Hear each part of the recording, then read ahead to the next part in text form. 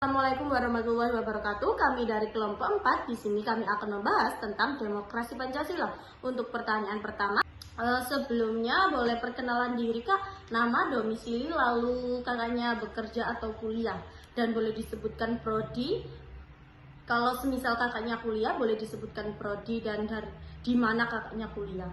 Ya, nama saya Jeki Skalamanda, domisili Sidoarjo, sekarang sedang kuliah di Ubaya, ambil psikolog. Menurut kakak, bagaimana mengenai pelaksanaan demokrasi Pancasila di Indonesia saat ini? Oke, demokrasi Indonesia menurut saya sih cukup lumayan baik ya. Cumanya perlu ditingkatkan lagi untuk keadilan, meningkatkan keadilan dan masih perlu diperbaiki. Tapi menurut saya ya cukup baik lah. Cukup baik, tapi cukup baiknya ini masih perlu direvisi lagi gitu. Boleh tahu namanya siapa, Kak? Saya Fidelia Saida. Asal mana? Bilangan Sidoarjo. Menurut Anda, yakinkah pemilu tahun 2024 akan terselenggara dengan jujur dan adil? Kalau menurut saya pribadi, yakin kalau pemilu tahun 2024 akan terselenggara dengan jujur dan adil. Karena kalau dilihat dari TPS yang ada di desa, biasanya penghitungan hak suara disaksikan oleh warga sekitar. Akan tetapi kalau sudah diserahkan ke pemerintah pusat, saya tidak tahu itu akan dikelola dengan adil atau tidak. Pertanyaan selanjutnya, apakah Anda sudah mengetahui 3 calon nama presiden yang diusung oleh partai politik apa saja itu untuk pemilihan presiden tahun 2024 mendatang? Ya, saya tahu ada 3 nama calon, yaitu Prabowo Subianto dari Partai Gerindra, Anies Baswedan dari Partai PKS, sama Ganjar Pranowo dari Partai PDI Perjuangan. Ya, di sini dengan Mas siapa? Mas Muhammad Akbar Alisan dari Prodi PKSD, mahasiswa STKIP PGRI Sidoarjo. Apakah Mas sudah mengetahui nama 3 capres yang diusung? Setahu saya informasinya ada 3. Yang pertama dari perwakilan PDI, Partai PDI Perjuangan, itu ada Pak Ganjar Pranowo. Lalu yang kedua ada dari Partai Gerindra, Pak Prabowo Subianto, dan yang terakhir ada Partai Nasdem yang diusung perwakilannya Bapak Anies Baswedan. Oke. Jika sudah, tahukah gagasan atau ide para capres untuk Indonesia lebih baik? Saya lebih memantau dari media sosial Instagram ya, Mas. Ya. Kalau Pak Ganjar itu lebih ke sifat masyarakatnya, sering sosialisasi dengan masyarakat kecil di daerah pasar-pasar gitu, atau di rumah-rumah desa-desa, dusun-dusun gitu. Kalau berarti Pak Ganjar ini lebih ke masyarakat kecil pada umumnya. Kalau dari Pak Prabowo sekarang menjabat sebagai Menhan, Menteri Pertahanan Republik Indonesia, itu sangat bagus. Mau kata dengar-dengar info itu mau membuat teknologi kapal selam tanpa awak, jadi dikendalikan tapi kapalnya langsung meluncur untuk menjaga daerah perairan. Ya. Untuk Pak Anies kurang lebih sama, mungkin memajukan teknologi dan juga infrastruktur pembangunan di daerah-daerah terpencil, mungkin daerah kepulauan mungkin, Mas. Seperti itu. Jelaskan alasanmu mengapa memilih capres-capres tertentu. Saya memilih capres tertentu karena saya melihat dari jiwa kepemimpinannya, terus bukti nyatanya yang sudah dirasakan baik saya maupun banyak orang lainnya. Apalagi ketika kita memilih capres secara asal-asalan, itu dapat berdampak kepada pemerintahannya, seperti bisa jadi pemerintahan yang dilakukan itu bisa lebih buruk dari pemerintahan sebelum-sebelumnya. Kalau boleh tahu kakak namanya siapa ya? Nama saya Nelly Soraya. Umur berapa kak? Umur saya 18 tahun. Kakak kuliah apa kerja? Saya kuliah. Oh kuliah. Iya. Kakak, saya boleh minta pendapat dari kakak? Iya, boleh. Kan di sini tentang pemilu ya kak ya. Iya. Di sini kan ada calon presidennya, kan ada Pak Ganjar Pranowo, terus Pak Anies Baswedan dan Pak Prabowo. Iya. Dari ketiga ini kakak pilih siapa ya dari calon presiden Indonesia nanti di tahun 2024? Saya pilih Bapak Ganjar Pranowo.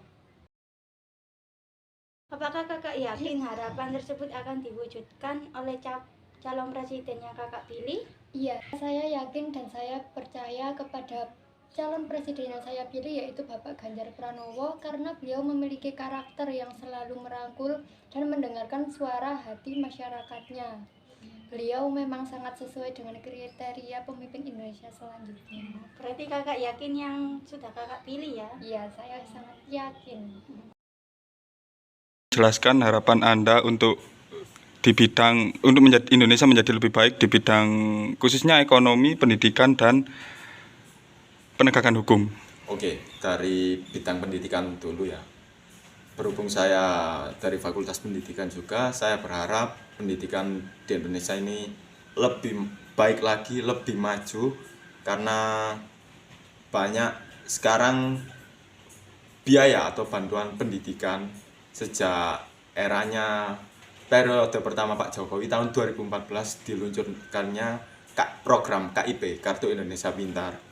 Itu berlaku di tingkatan SD, SMP, SMA maupun di perguruan tinggi. Saya berharap tetap diadakan lagi di Capres 2024 dan juga ada program beasiswa lainnya, tidak hanya KIP juga. Lalu dengan adanya itu, masyarakat Indonesia itu bisa menggapai mimpinya berpendidikan lebih tinggi lagi karena ada bantuan biaya pendidikan. Dari situlah adanya generasi penerus bangsa yang lebih baik dan bisa membawa negeri ini menjadi negara yang maju. Amin.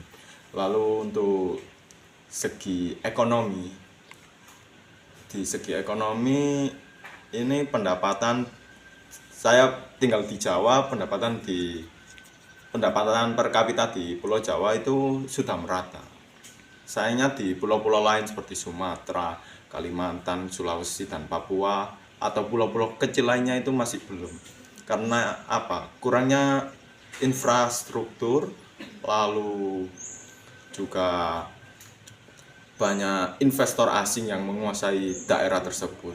Benar, di luar Jawa mungkin sumber daya alamnya sangat melimpah, tapi masyarakat Indonesia ini masih belum bisa mengelolanya dengan baik. Makanya kita yang harus bisa mengelola agar pendapatan ekonomi di negara Indonesia ini lebih baik, lebih meningkat lagi. Lalu di segi penegakan hukum itu, saya akan mengikuti berita bola pada tahun 2022 kemarin, masih hangat-hangatnya, masih terbaru, ada sebuah tragedi di Kanjuruhan dan juga itu menewaskan kurang lebih 130 korban jiwa. Itu sampai sekarang belum ada tindak lanjut, cuma ada identifikasi, evakuasi saja. Untuk kasus ini belum ditangani lebih lanjut, lebih dalam lagi. Jadi saya berharap kasus tragedi Kanjuruhan ini segera diselesaikan agar penegakan hukum di Indonesia itu berjalan lebih baik lagi. Mungkin itu saja Mas dari saya. Assalamualaikum warahmatullahi wabarakatuh. Saya Windara Vera Madani. Dengan responden saya, boleh disebutkan Kak nama, alamat, sama kalau kerja sebutkan tempat kerjanya, kalau kuliah sebutkan tempat kuliahnya. Nama saya Fitri Oktavianingrum, domisili saya dari Sidoarjo. Saya bekerja di ST Indonesia. Di sini saya ada 6 pertanyaan ya Kak, nanti kakaknya bisa jawab. Untuk pertanyaan yang pertama itu, jelaskan harapanmu bagi Indonesia lebih baik di bidang pendidikan. Menurut saya, agar mampu mencetak generasi bangsa yang tak hanya cerdas namun juga berbudi Pancasila. Baik, untuk pertanyaan yang kedua, jelaskan harapanmu bagi Indonesia yang lebih baik di bidang ekonomi. Menurut saya, pengelola sumber daya alam yang dimiliki oleh daerah mengembangkan usaha kreatif pada usaha kecil dan menengah. Baik, untuk pertanyaan yang ketiga, harapanmu bagi Indonesia yang lebih baik di bidang penegakan hukum? Baik, menurut saya yang pertama adalah pendidikan karakter, yang kedua peningkatan kualitas seleksi aparat penegak hukum, yang ketiga praktik penegak hukum yang tidak memihak, yang keempat pemberian bantuan hukum, yang kelima apresiasi bagi aparat penegak hukum. Selanjutnya pertanyaan yang keempat, jelaskan harapanmu bagi Indonesia yang lebih baik di bidang sehatnya demokrasi. Baik, menurut saya sehatnya demokrasi tidak memaksakan kehendak dan tidak memiliki sikap egois. Yang kedua, menjalankan kehidupan demokratis. Yang ketiga, tidak melakukan pola hidup yang berlebihan, menjunjung perdamaian, menghindari kekerasan, bersikap terbuka, dan menghindari sikap kedaerahan yang berlebihan. Baik, selanjutnya untuk pertanyaan yang kelima, jelaskan harapanmu bagi Indonesia yang lebih baik di bidang lingkungan alam.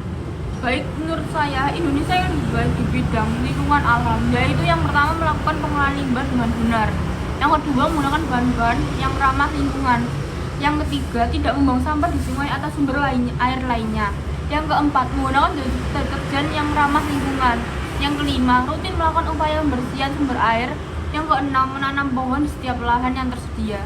Baik, untuk pertanyaan yang terakhir atau yang keenam, jelaskan harapanmu bagi Indonesia yang lebih baik di bidang pemberantasan korupsi. Baik, menurut saya Indonesia yang lebih baik di bidang pemberantasan korupsi yaitu membangun etos penjabat dan pegawai baik di instansi pemerintah maupun swasta tentang pemisahan yang jelas dan tajam antara milik pribadi dan milik perusahaan atau milik negara. Antara lain, yang pertama, tingkatkan pengetahuan masyarakat tentang hukum. Yang kedua, bersihkan aparatur hukum dari KKM. Yang ketiga, tegakkan hukum tanpa tebang pilih. Yang keempat, tingkatkan kesejahteraan pegawai negara. Yang kelima, hilangkan budaya menyuap dari masyarakat. Yang keenam, sosialisasi anti korupsi digencarkan. Media massa wajib menanyakan anti korupsi dengan gratis.